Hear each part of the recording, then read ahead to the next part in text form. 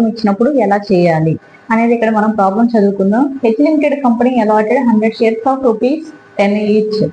Sandhya paid ₹2 on application, ₹3 on allotment, but failed to pay ₹5 per share on calls. Consequently, her shares were forfeited. Past journal entries అనేది ఇక్కడ ఇవ్వడం జరిగింది. ఇక్కడ మనకి problem చూస్తే H limited company వారు సంధ్య అనే అమ్మాయికి, అంటే అమ్మాయి షేర్స్ కొనుక్కుంటుంది కాబట్టి తనకి ఎన్ని షేర్స్ అలాట్ చేశారు అంటే 100 shares అనేవి అలాట్ చేయడం జరిగింది. ఈచ్ షేర్ వాల్యూ ఎంత అంటే కనుక ₹10.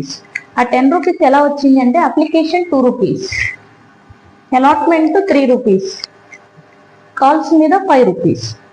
అయితే సంధ్య అప్లికేషన్ అమౌంట్ కట్టింది, అలాట్మెంట్ అమౌంట్ కూడా పే చేసింది, కానీ కాల్స్ అమౌంట్ అనేది పే చేయలేదు. ఫెయిల్ అయింది కాబట్టి అక్కడ షేర్స్ అనేవి పర్ఫీట్ చేసుకోవడం జరిగింది.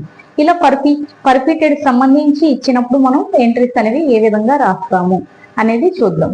ఫస్ట్ మనం జర్నల్ ఎంట్రీ ఫార్మాట్ చూస్తే కనుక date, particulars, LF, debit, credit ఈ విధంగా తీసుకుంటాం. పైన హెడ్డింగ్ అనేది జర్నల్ ఎంట్రీస్ అని పెట్టడం జరుగుతుంది.